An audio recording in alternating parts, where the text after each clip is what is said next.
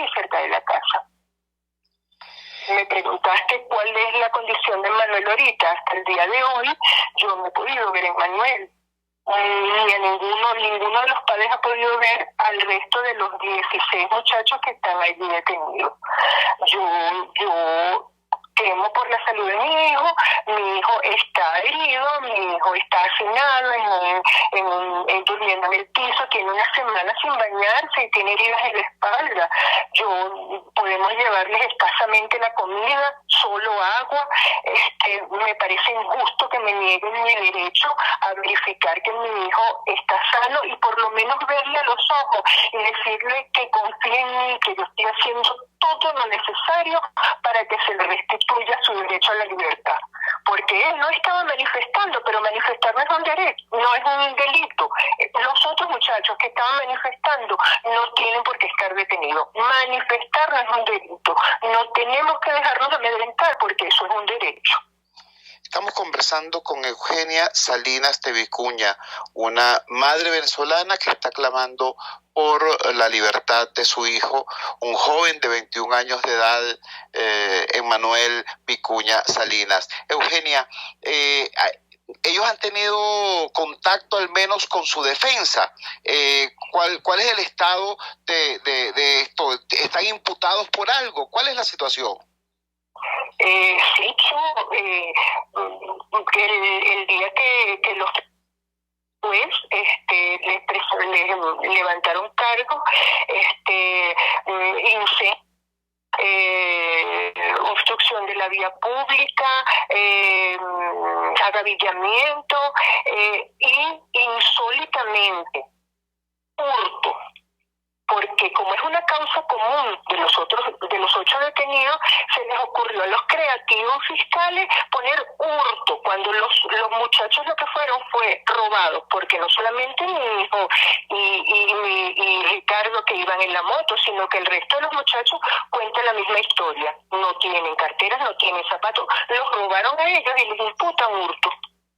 Sí, es además curioso que los imputen por obstrucción de la vía cuando estaban transitando en la vía, una vía en la que no había disturbio porque la protesta era en el kilómetro 16 y fueron detenidos en el kilómetro 18 y fueron derribados de una motocicleta que estaba circulando con un disparo de perdigones a quemarropa. Curiosa esa situación, además de esto que nos dices, que los estén imputando por hurto cuando fueron los jóvenes quienes fueron víctimas de un hurto de sus zapatos, de sus chaquetas, de sus carteras y de la moto en la que circulaban. En este momento, Eugenia, ¿cuál es tu llamado a las madres que como tú están en situación similar y a las personas que en este momento aún tienen en sus manos las palancas del poder? Digo aún, bueno, porque el momento político es muy fluido. La balanza del poder se desplaza en cosas de horas, en cosas de días. Quienes hoy tienen poder mañana pueden no tenerlo. Y puede ocurrir como a la jueza de Yaracuy, que imputó y que dictó privativa de libertad a 11 niños y niñas entre 12 y 14 años y después salió denunciando que había sido presionada por el gobernador. ¿Cuál es tu mensaje? Repito, y me importa muchísimo porque tú no eres una activista política de uno u otro sector. Tú eres una madre y como madre estás hablando. Te escuchamos. Ay, qué amor es eso, que respeten los derechos de los muchachos y que respeten los derechos de las madres. Tenemos derecho a verificar que nuestros hijos están bien. A ellos les están violando sus derechos y a nosotros, como ciudadanas, como madres venezolanas, exigimos que nos dejen ver a los muchachos y que les restituyan su libertad plena. Nuestros hijos no son delitos. Devuélvanos a nuestros hijos. Sería una maravillosa oportunidad para crear un ambiente que facilitara esa anhelada concordia, ese anhelado reencuentro entre los venezolanos. Sería un buen de tener ese gesto con las madres venezolanas. Esa gente también tiene madre. ¿Quién tiene hijos? Podrían, como leí por allí en un comentario, podrían ponerle del hijo de una de esas personas que tiene retenido a nuestros hijos en la foto que yo puse de mi hijo Emanuel. Devuélvanos a nuestros muchachos, regrésenos a nuestros muchachos, restitúyanles sus derechos.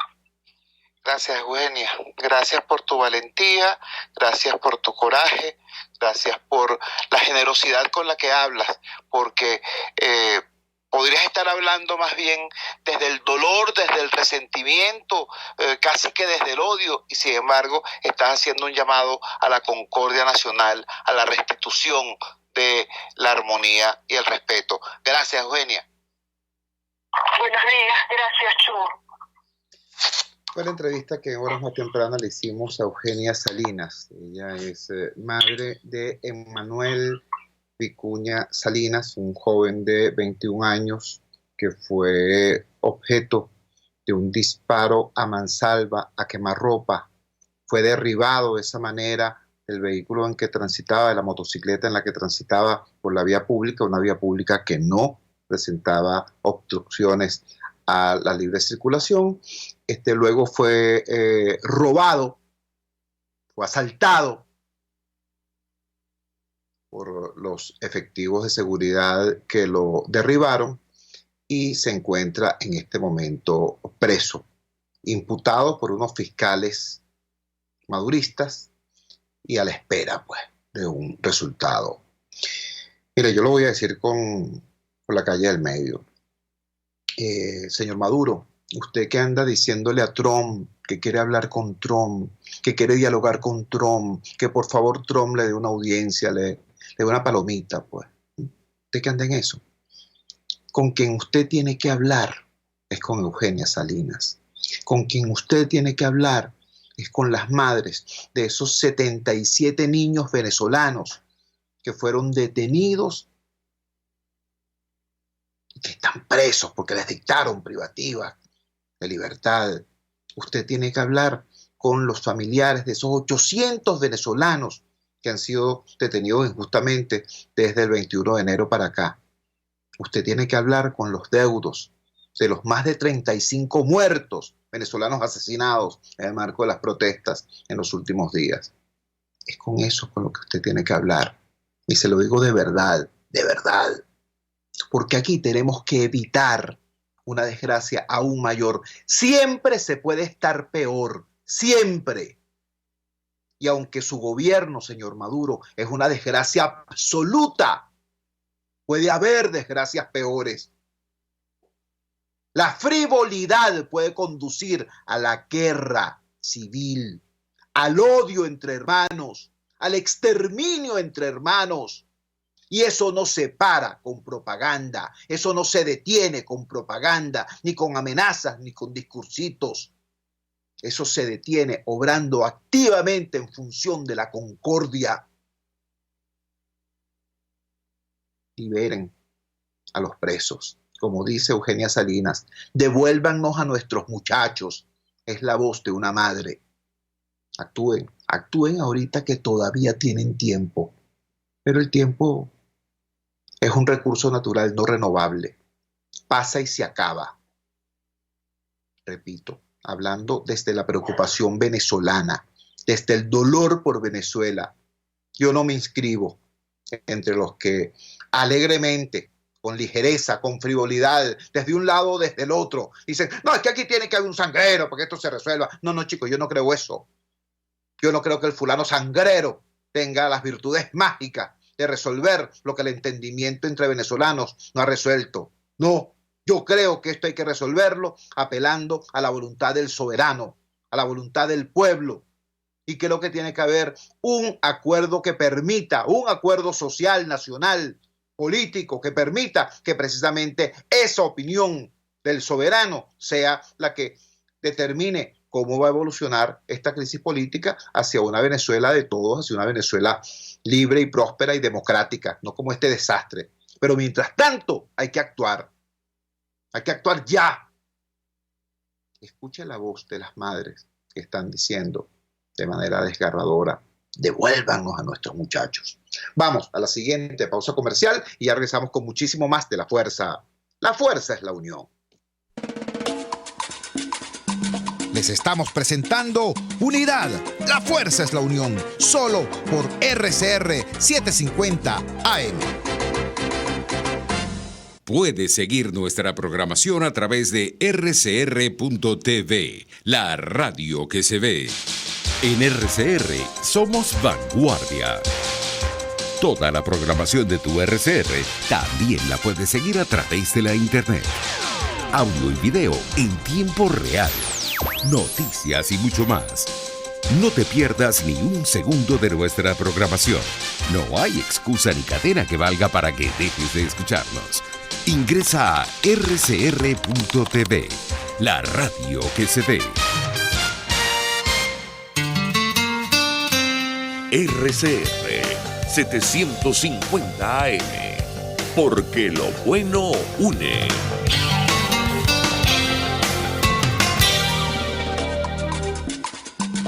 Les estamos presentando Unidad, la fuerza es la unión, solo por RCR 750 AM. Regresamos a La Fuerza es la Unión.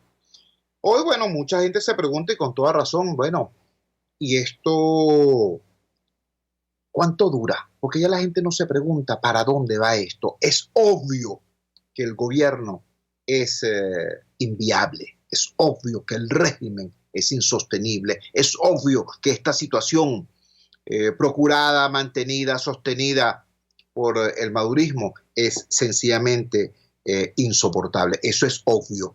La pregunta es, bueno, ¿hasta cuándo esto? Y sobre todo, ¿de qué manera efectivamente se va a construir la salida a esta situación? En Procura de Respuestas buscamos, como saben ustedes, criterio experto. Es lo que hacemos en este programa. Aquí no hacemos propaganda, aquí compartimos información. Por eso entrevistamos a el politólogo John Magdaleno, quien desde hace mucho tiempo ha venido haciendo planteamientos muy sólidos, muy interesantes, y al fin parece que los tomadores de decisiones en materia política están actuando en la dirección que Magdaleno y otros han sugerido. Escuchemos entonces lo que compartió generosamente con nosotros el politólogo John Magdaleno. Vamos a conversar de inmediato con el politólogo John Magdaleno. John Magdaleno ha venido advirtiendo desde hace muchísimo tiempo la necesidad de articular una estrategia, no una pulsión, sino una estrategia que entienda la complejidad del cuadro, la gran cantidad de tableros en los que hay que actuar de manera simultánea y con eficiencia pareja. Bueno, llegamos al llegadero y parece que por fin el campo democrático está actuando en diversos tableros, más o menos con una eficiencia similar. Ahora, esto está listo, este asunto está ya resuelto, los mangos están bajitos y el asunto es tumbarlos y hacer jalea, o estamos en presencia de un proceso exigente desde el punto de vista político, sí, pero también desde el punto de vista económico, social y militar incluso. ¿Qué nos dice en este momento, a estas alturas, John Magdaleno? Bueno, muy bien, Chubo, muchísimas gracias una vez más por la gentil invitación, como siempre. Y me parece un buen punto de partida por el que arrancas, porque primero, vamos a ponerlo de esta manera simplificada para nuestros oyentes, hay una secuencia de no menos de 3-4 desafíos que hay que encarar, que no es que sea imposible, no es el caso, pero tienen que ser encarados ordenada y estratégicamente. El primer desafío es que exista un mínimo de coordinación estratégica como para garantizar el inicio de la transición a la democracia. El inicio, lo subrayo. La transición a la democracia inicia cuando los gobernantes autoritarios o factores de la coalición dominante que le dan soporte al régimen autoritario, no es solo el gobierno lo que importa, lo he repetido mucho, es decir, Maduro no es el único problema. Un problema muy importante es todos los factores que le dan soporte a Maduro, para simplificarlo un poco. Así que la transición arranca cuando factores de la coalición dominante o los gobernantes autoritarios deciden, por la razón que fuera, bajo presión, bajo tensiones, por la razón que fuera, por cálculo personal, por protección del proyecto político, por sobrevivencia política, por la razón que fuera, deciden restituir las garantías que han violado, que ellos mismos han violado. Así que ese es el primer desafío, orientar los esfuerzos al inicio de la transición a la democracia, que dicho de otra manera significa restituir las garantías que han sido violadas. En el cortísimo plazo, por ejemplo, tienen que ser restituidas libertades civiles que están siendo no ya amenazadas o vulneradas, sino abiertamente violadas. La libertad de expresión, la libertad de opinión, la libertad de asociación, la libertad de movilización, la libertad de protesta, libertades civiles. Los derechos políticos, en particular el de participación, ha sido violado en la medida en que las elecciones no son libres, competitivas ni justas. Así que ahí hay otra garantía que hay que restituir.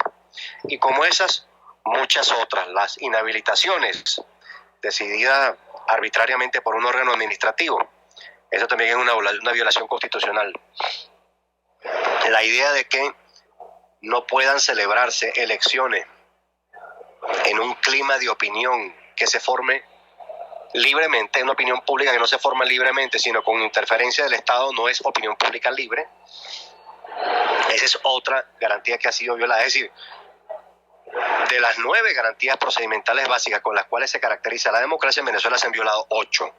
Así que esto es lo que llamo, y lo que la literatura llama, el inicio de la transición, la restitución de esas garantías, esas libertades, esos derechos que han sido violados. Bien, ese es el primer desafío. No estamos allí todavía. Es decir, nos estamos aproximando aceleradamente en lo que va de año, pero no estamos allí todavía. Y para que ello tenga lugar, para que se inicie la transición a la democracia, tiene que producirse, lo he repetido infinitas veces, no me canso nunca de decirlo, tiene que producirse una fractura de la coalición dominante. Es decir, un punto en el cual, o una ala moderada del oficialismo dice, sí, es momento de restituir estas garantías, ya no nos queda otro remedio, incluso para sobrevivencia del proyecto político, para su sobrevivencia política futura, o bajo presiones de actores más poderosos que ellos. Ya todo el mundo está entendiendo lo que estoy diciendo, en virtud de los acontecimientos. Satisfecha esa primera etapa, es decir, esa primera fase.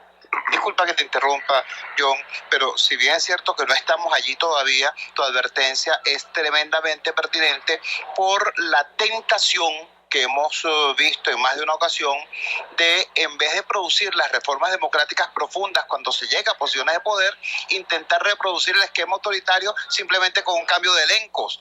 Recuerdo yo que cuando se llegó al triunfo de la Asamblea Nacional se intentó mantener el reglamento interior y de debate porque eso permitía un ejercicio más o menos arbitrario de la mayoría. Tú nos estás diciendo que sería mortal pretender, por ejemplo, cambiar el actual escenario donde el poder es ejercido en forma brutal por el PSUV y unos satélites llamados el Gran Polo Patriótico, y poner a un nuevo partido que haga las veces del PSUV y que sus aliados se comporten más o menos como esa clientela satelital. Cosas como esas nos están diciendo claro, serían nefastas. En ese caso, entonces, estaría comprometida en la transición a la democracia. Sería una transición política, pero no necesariamente a la democracia. Quiero decir, si se produce lo que tú estás señalando, es decir, si la tentación de tomar el poder, en efecto, concluye en un ejercicio, vamos a decir, igual o poco menos autoritario. Pero sí, esta es la diferencia entre una transición a la democracia y una transición política cualquiera, a secas, ¿no? La segunda fase, la segunda etapa que hay que recorrer, suponiendo que se produce el inicio de la transición a la democracia, es propiamente la instalación o reinstalación, en nuestro caso, de instituciones democráticas. Que repito, no son solo elecciones libres, competitivas y justas, sino todo lo que las rodea. Decía el maestro Sartori, detrás de las elecciones hay un gran telón de fondo. Ese telón de fondo tiene que ver con cómo se forma la opinión pública, si hay debate público libre, si hay deliberación pública sin interferencia, si hay movilización social en sentido laxo.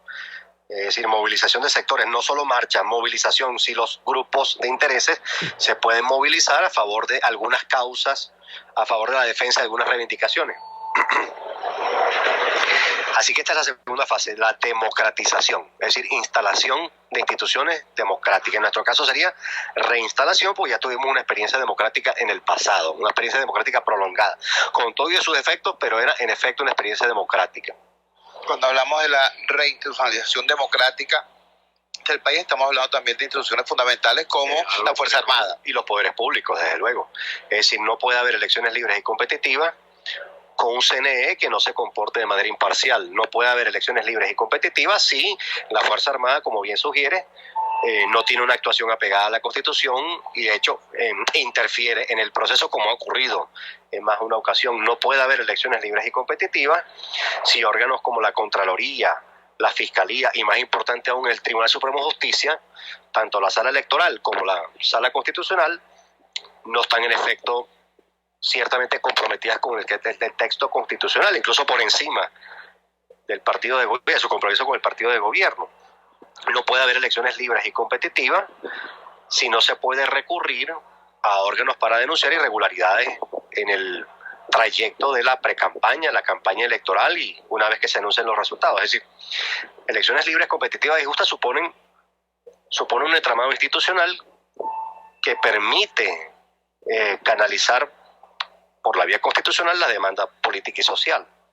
Así que esa es la segunda etapa, democratización, y después viene la tercera, la socialización. Entendiendo, disculpa que te puntualice también, que entonces las elecciones no son la solución, sino el resultado de un conjunto de procesos, la cristalización de un conjunto de procesos democratizadores. Eso es correcto, es decir, la elección a la postre, visto de esta manera, es la resultante de una lucha por la restitución de garantías que fueron violadas. Ahora, esta es una forma de verlo. La experiencia internacional también dice que elecciones que no son competitivas pueden ser usadas como una palanca para precipitar el inicio de la transición. Eso pues podemos hablar con mucho detalle en algún momento, me imagino que luego, en otra oportunidad, pero sí hemos encontrado, tú me has escuchado decirlo en varias oportunidades, no menos de 38 casos en los cuales la elección era no competitiva o semicompetitiva, es decir, no estaban dadas garantías satisfactorias para la oposición y sin embargo el liderazgo opositor las utilizó para movilizar socialmente a la población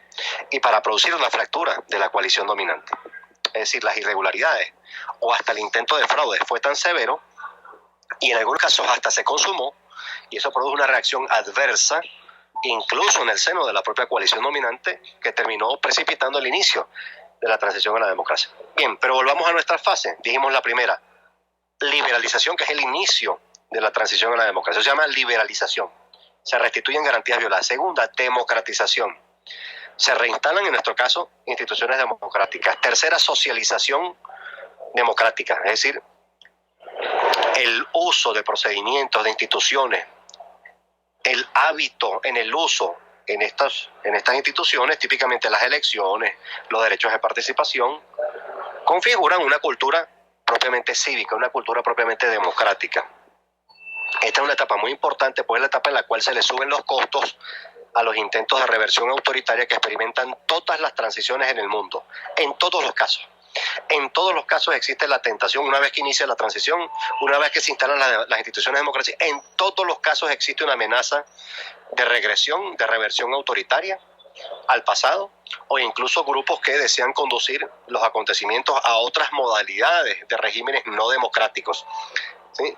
En cualquier caso, tú me puedes preguntar, yo por un caso, y te puedo decir los intentos de reversión que hubo en todos los casos que hemos estudiado, de los 80 que ya llevamos estudiado, en todos los casos hubo intentos de reversión, lo cual sugiere que esto no es una concha de ajo, que incluso en el mejor de los casos, iniciándose el proceso de transición, alrededor del cual hay que decir estamos cerca, esto no supone que el proceso sea fácil, sencillo, es muy complejo, porque hay fuerzas, por lo regular, cuando se produce la progresiva disolución del régimen autoritario, hay fuerzas que todavía sobreviven políticamente, hay fuerzas militares que tienen capacidad real de influencia e intentan producir la reversión autoritaria. Así que después de estas tres fases, o mejor dicho, durante la transición, hay que encarar, el gobierno que resulte de una transición tiene que encarar una cantidad de complejidades, es decir, el problema económico-financiero que el país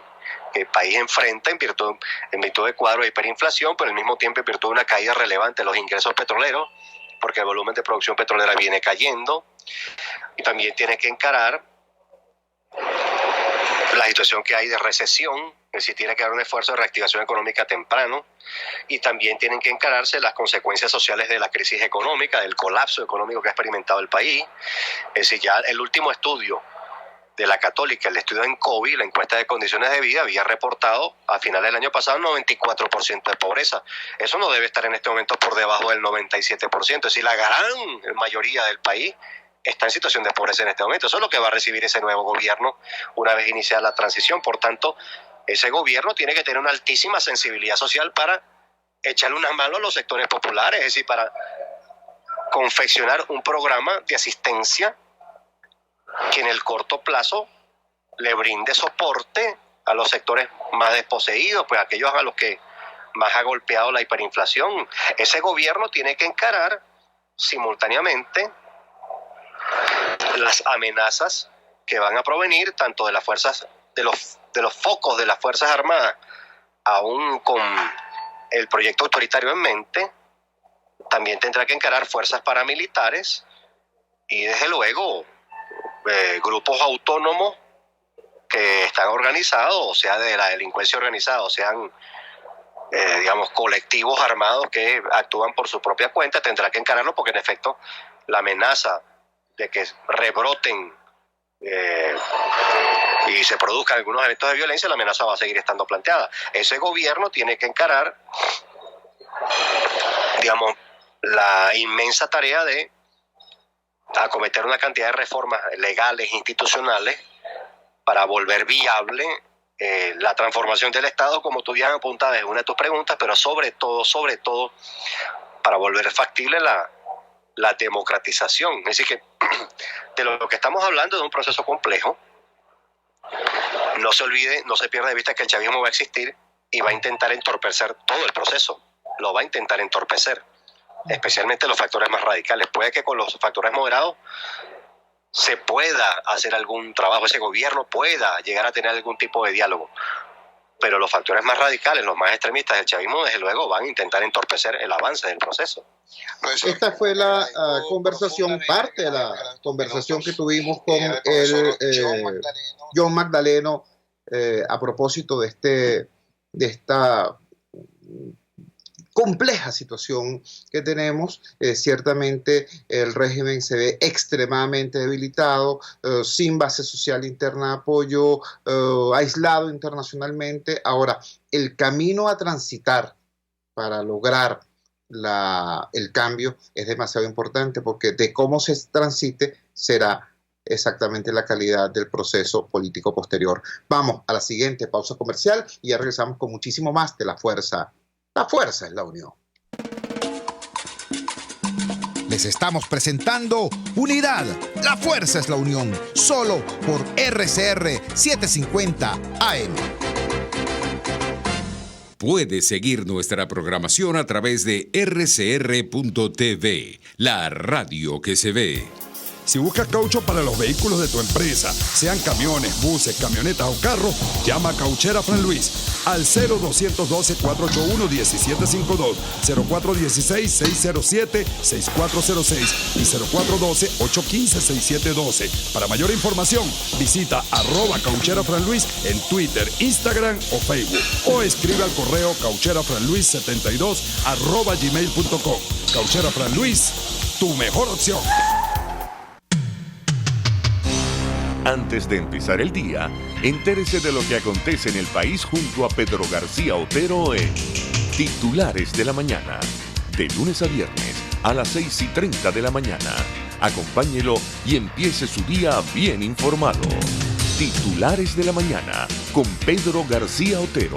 Solo por RCR 750 AM. Porque lo bueno une. Amanece con la fuerza de un país que quiere cambio. Chuo Torrealba está al aire en Unidad. La fuerza es la unión. 482-9750 y @Chuo Torrealba por RCR. Regresamos a La Fuerza es la Unión y lo hacemos precisamente con la parte final de la reflexión que hacía el profesor John Magdaleno. Él decía, bueno, todos los desafíos que tendrá que enfrentar una vez producida la transición a la democracia, el nuevo gobierno. Hoy hay un evento muy importante. Hoy se va a presentar el Plan País. Ese es el anuncio que hizo ayer Juan Guaidó y la Asamblea Nacional. Va a haber un evento a las 9 de la mañana en el auditorio de la Facultad de Ciencias Económicas y Sociales de la Universidad Central de Venezuela y allí se va a presentar el Plan País. Yo quiero felicitar a la Asamblea Nacional, a la oposición coaligada en esa representación institucional, al presidente de la Asamblea Nacional y presidente encargado Juan Guaidó por esa iniciativa, porque, ojo, no solamente es un acto de responsabilidad extrema que da confianza al país en este momento tan complejo que vivimos, sino también porque significa una ruptura importante en positivo de lo que ha venido siendo una práctica nefasta de los últimos 30 años. Yo quiero recordarles cómo, por ejemplo, en la campaña que llevó a la victoria electoral a Carlos Andrés Pérez en su segunda presidencia, él jamás dijo lo que iba a hacer. Él llegaba, se paraba en la tarima y agitaba los brazos. Y la gente pensaba, bueno, si regresa Carlos Andrés Pérez, regresa a la gran Venezuela. Bueno, y así llegó al poder sin decir que su programa era un programa de ajustes económicos importantes para restablecer equilibrios, etcétera, etcétera, etcétera. Luego vino Hugo Chávez en 1998. Hugo Chávez no solamente no dijo lo que iba a hacer, sino dijo todo lo contrario. Dijo que Cuba era un horror y que aquello era un comunismo y que aquí jamás iba a haber control de cambio y que jamás se iba a violar la libertad de prensa. Eso lo dijo Chávez. Bueno, ya vimos lo que pasó. Luego fue peor todavía, porque luego vino Nicolás Maduro. Nicolás Maduro no fue que dijo todo lo contrario de lo que iba a hacer. Fue peor. Nicolás Maduro acusó a su competidor de lo que él iba a hacer. ¿Ustedes recuerdan por allá, por el 2013, cuando Nicolás Maduro dijo que si ganaba Capriles iba a aplicar un paquetazo económico? ¿Quién aplicó el paquetazo económico? ¿Quién destruyó la moneda venezolana? ¿Quién destruyó la capacidad de ingreso del venezolano? Maduro y su paquete no ortodoxo, su paquete de destrucción del país. Bueno, rompiendo ese proceso nefasto de mentirle al pueblo sobre lo que son los proyectos de gobierno, hoy la oposición venezolana presenta su Plan País. Me parece una iniciativa absolutamente pertinente, importante, un gesto de madurez y de responsabilidad política. Y quiero felicitar a los centenares de profesionales y técnicos que tienen años, que yo sepa por lo menos 6, 7 años trabajando en la construcción de la propuesta de Plan País. Desgraciadamente, en diversos momentos, el liderazgo político opositor no quiso sistematizar eso y plantearlo. Recuerden ustedes, hasta que el liderazgo político no asume el plan y se lo propone al país, no hay plan, no hay proyecto país. Antes eran papers, papeles técnicos. Bueno, hoy se le va a presentar a los venezolanos el Plan País para discutirlo, para debatirlo. No es santa palabra, pero es un documento muy importante para orientar la construcción del futuro. Trabajamos para ustedes en la dirección general de la emisora, Jaime Nestares. Al frente de los controles estuvo César Arteaga. Habló para ustedes su amigo, comunicador popular, activista social, ciudadano en lucha por la democracia y por la libertad, Jesús Chuo Torrealba. Ahora más que nunca, fuerza, Venezuela, porque la fuerza es la unión. RCR presentó Unidad, la fuerza es la unión, con Chuo Torrealba, solo por RCR 750 AM. En Ávila Gallery